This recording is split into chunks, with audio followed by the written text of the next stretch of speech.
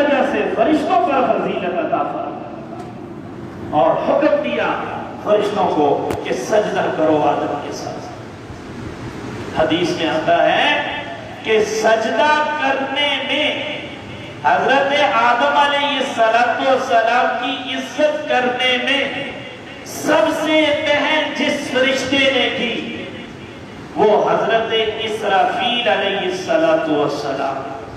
فرشتے تو سارے اللہ کے فرشتے ہیں، سجدہ تو سب نے کیا، لیکن اس سجدہ کرنے میں جس فرشتے نے پہل کی، سب سے پہلے جو سجدے میں گیا وہ حضرت اسرافیل علیہ السلام۔ پتہ ہے اللہ نے انعام کیا دیا؟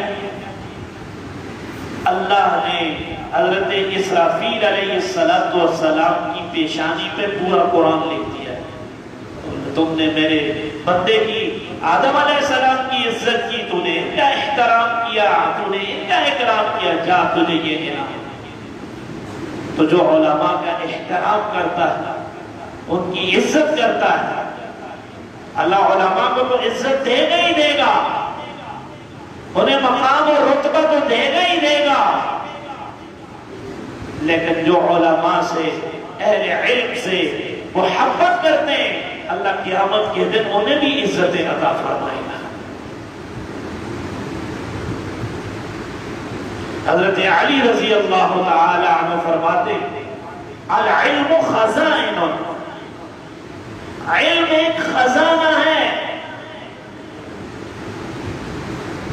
فاسألوا یرحمکم اللہ، تم سوال کیا کرو، پوچھا کرو، اللہ تمہارے اوپر رحم فرمائے گا۔ فَإِنَّهُ يُوجَرُ فِيهِ أَرْبَعَةٌ، جب کوئی آدمی سوال کرتا ہے تو اس سے 4 آدمیوں کو فائدہ پہنچتا ہے، 4 آدمیوں کو ثواب پہنچتا ہے۔ فرمایا السائل، سب سے پہلا وہ آدمی جس کو اجر ملا وہ سوال کرنے والا ہے۔ اس نے سوال کیا ایک عالم سے، ایک مفتی سے، تو سب سے پہلا اجر کس کو ملا؟ اس سائل کو۔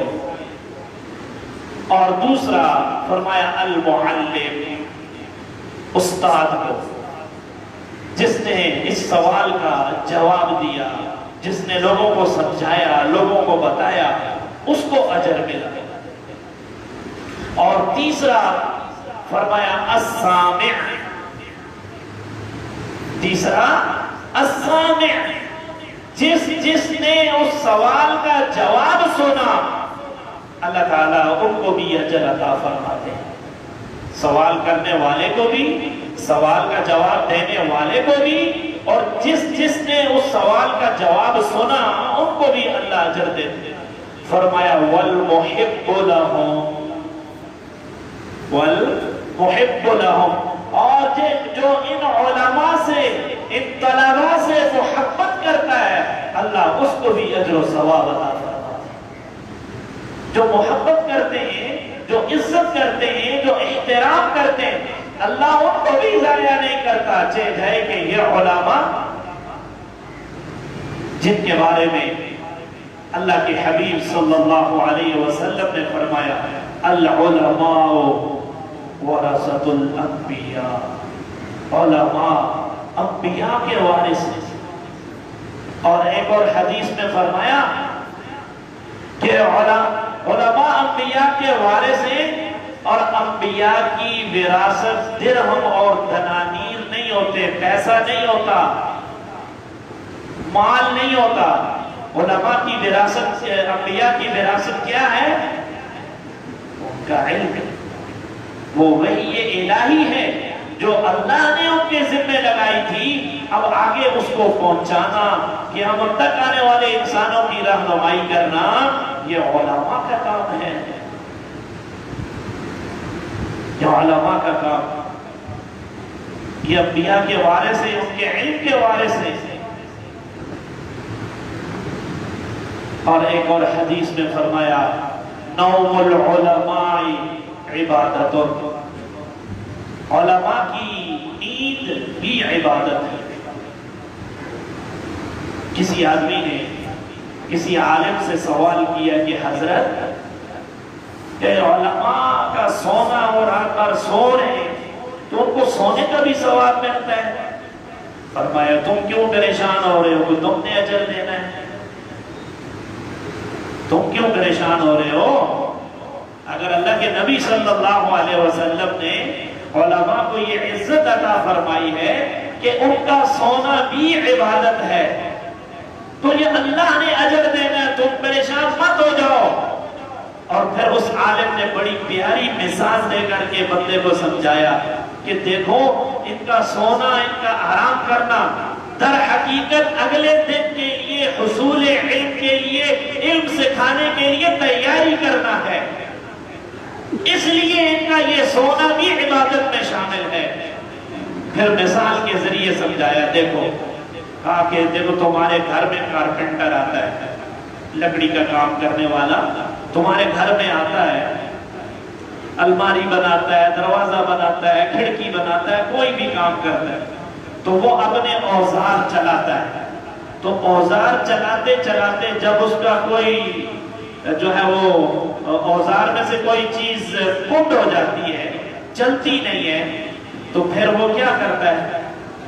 سارا کام چھوڑ دیتا ہے، ہر چیز، دروازہ ادھر چھوڑی، کھڑکی ادھر چھوڑی، الماری ادھر چھوڑی، اب وہ اپنی آری تیز کر رہا ہوتا ہے اور دیگر جو چیزیں کند ہو گئی ہیں ان کو بھی تیز کر رہا ہوتا ہے، ان کو صحیح کر رہا ہوتا ہے۔ تو اس صحیح کرنے میں، ان اوزار کو صحیح کرنے میں، تیز کرنے میں گھنٹہ بھی لگ جاتا ہے، 2 گھنٹے بھی لگ جاتے ہیں، بعض اوقات اوزار ٹوٹ بھی جاتے ہیں، مارکیٹ میں نیا لینے کے لیے بھی چلا جاتا ہے۔ فرمایا یہ جو جتنی دیر اس نے اوزار ٹھیک کیے، صحیح کیے، تو مالک اس کی مزدوری دیتا ہے یا نہیں دیتا؟ تاکہ وہ مزدوری تو دیتا ہے۔ کسی مالک نے آج تک کارپینٹر سے یہ کہا کہ نہیں بھائی تم تو 2 گھنٹے بیچ میں اپنے اوزار ٹھیک کرتے رہے ہو، تمہیں مزدوری نہیں ملے گی؟ کہ اسی طرح اللہ رب العالمین نے جو کام علماء کے ذمہ لگایا، اللہ کے نبی نے جو علماء کے ذمہ کام لگایا ہے کہ اس علم کو لوگوں تک پہنچانا ہے، تو اس کو پہنچانے میں جو وہ جتنی دیر سوتے ہیں، آرام کرتے ہیں، اللہ رب العالمین ان کے سونے کو بھی عبادت میں شامل کرتے ہیں۔ ایک اور حدیث میں اللہ کے نبی صلی اللہ علیہ وسلم نے فرمایا جب کوئی عام آدمی توبہ کرتا ہے، استغفار کرتا ہے، تو اس کا ایک گناہ اللہ معاف کرتا ہے، ایک گناہ معاف۔ اور جب کوئی عالم توبہ کرتا ہے، گناہ کیا کسی عالم نے، غلطی کی، اس غلطی پر جب اللہ سے وہ توبہ مانگتا ہے تو اللہ اس کے 40 گناہوں کو معاف کرتا ہے۔ اتنی بڑی فضیلت ہے علماء، جہاں آج دنیا میں ہم علماء سے پوچھ کے زندگی گزارتے ہیں۔ حضرت حسن بصری رحمت اللہ علیہ فرماتے ہیں کہ اگر علماء نہ ہوتے تو یہ لوگ جانوروں والی زندگی گزارتے، جانوروں والی۔ خدا کی قسم آج اتنے ترقی یافتہ دور سے ہم گزر رہے ہیں کہ بچے کو ہر چیز معلوم ہے۔ آج کے دور میں بھی بہت سارے لوگوں کو ابھی تک وضو صحیح کرنا نہیں آتا، آج تک لوگوں کو غسل کرنے کا صحیح طریقہ معلوم نہیں ہے۔ بہت سارے ایسے کام ہیں، بہت ساری ایسی عبادات ہیں جو لوگوں کو آج تک معلوم نہیں ہے۔ تو کون بتاتا ہے وضو کا طریقہ، غسل کا طریقہ، پاکی کا طریقہ، نماز کا طریقہ، جنازے کا طریقہ، بچے کی پیدائش پر کیا کرنا ہے، بڑا ہو کر تو کیا کرنا ہے، شادی کے موقع پر کیا کرنا ہے، جنازے کے موقع پر کیا کرنا ہے، مرنے کے بعد اس کے لیے کیا کرنا ہے، حج کیسے کرنا ہے، عمرہ کیسے کرنا ہے، زکوٰۃ کیسے کرنی ہے، روزے کیسے رکھیں، کیا نہیں ہے جو علماء آپ کو نہیں بتاتے، نہیں سکھاتے۔ یہ نہ ہوتے تو ہماری زندگی کیسے گزرتی؟ تو اس لیے ان کا سونا بھی اللہ رب العالمین نے عبادت قرار دیا۔ ایک عالم نے بڑی عجیب بات لکھی، فرمایا ان کا سونا بھی سونا، ان کا سونا بھی سونا ہے، جیسے سونا قیمتی ہوتا ہے تو ان کا سونا بھی سونا ہے، یہ سوئیں گے تو آرام کریں گے اور اگلے دن پڑھا سکیں گے۔ ایک عالم جا رہے تھے، بارش ہو رہی تھی، کیچڑ تھا، تو ایک بچی ان عالم نے اس بچی سے کہا بیٹا آرام سے جانا، باہر بارش ہو رہی ہے، کیچڑ ہے، تم پھسل جاؤ گی تو گر جاؤ گی۔ بچی بڑی ذہین تھی، اس نے کہا حضرت میں گروں گی تو مجھ اکیلے کو لگے گی، کوئی بات نہیں ہے، میں اپنا خیال کر لوں گی، آپ بڑے دھیان سے جانا، آپ پھسلے تو پوری امت پھسلے گی، آپ پھسلے تو پوری امت پھسلے گی، اس لیے آپ اپنا خیال کیجئے گا۔ تو علماء کو اللہ نے بڑی عزت عطا فرمائی، ایک تو علم کی وجہ سے اور دوسرا اوپر سے شہادت۔ اللہ اکبر۔ حدیث میں آتا ہے جب عام آدمی شہید ہوتا ہے تو اللہ رب العالمین فرشتوں کو حکم دیتے ہیں، ملک الموت کو حکم دیتے ہیں کہ جاؤ اس شہید کی روح کو نکالو۔ حدیث میں آتا ہے جب کوئی عالم شہید ہوتا ہے اللہ رب العالمین اس کی روح کو خود قبض کرنے آ جاتا ہے۔ اللہ اکبر۔ ظالموں، ہائے ہائے، وقت تھوڑا ہے، میں آپ کو کیا بتاؤں، آپ کو کیا معلوم یہ علماء کیا ہے اور یہ عالم بنتے کیسے ہیں، اس کے پیچھے کتنی محنت ہے، کتنی جدوجہد ہے۔ اللہ کی قسم آپ ایک دن میں کہتا ہوں، ایک دن بھی شاید میں زیادہ کہہ رہا ہوں، آپ مغرب سے رات 10 بجے تک ہمارے اس مدرسے میں آ جائیں، آج ہی آ جائیں، کل آ جائیں، آپ آ کر دیکھیں تو صحیح یہ کتنی محنت کرتے ہیں۔ صبح نماز سے پہلے اٹھ جاتے ہیں، بعض مدرسوں میں تہجد کے وقت خدا کی قسم اٹھا دیتے ہیں اور پڑھتے پڑھتے پھر کھانے کو کیا ملتا ہے، رہنے کو کیا سہولتیں ہیں، یہ پڑھ کے پڑھنے کے بعد پڑھائی تو مشکل ہے یہ، لیکن پڑھانا اس سے کئی گنا مشکل ہے۔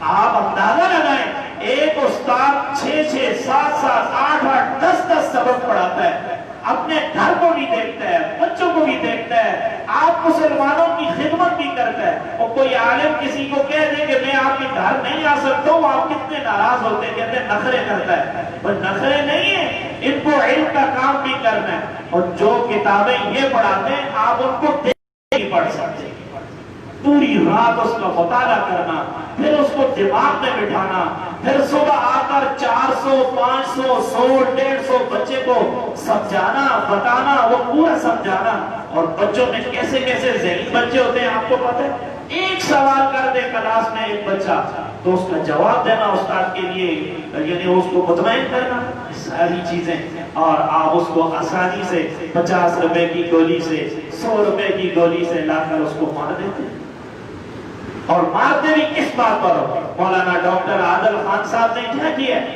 ساری زندگی مدرسے میں پڑھایا۔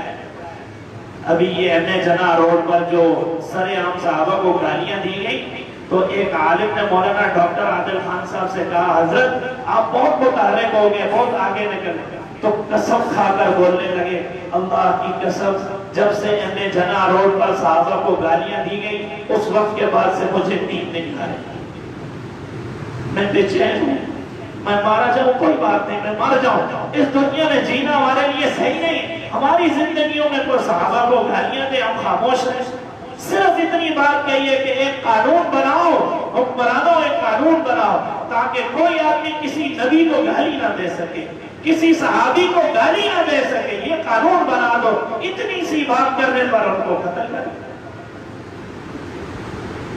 ہم اتنی بات بھی نہ کریں، اتنا بھی کسی کو نہ سمجھائیں، اتنا بھی ہم کسی کو نہ بتائیں، اتنا بھی مطالبہ ہم آپ سے نہ کریں۔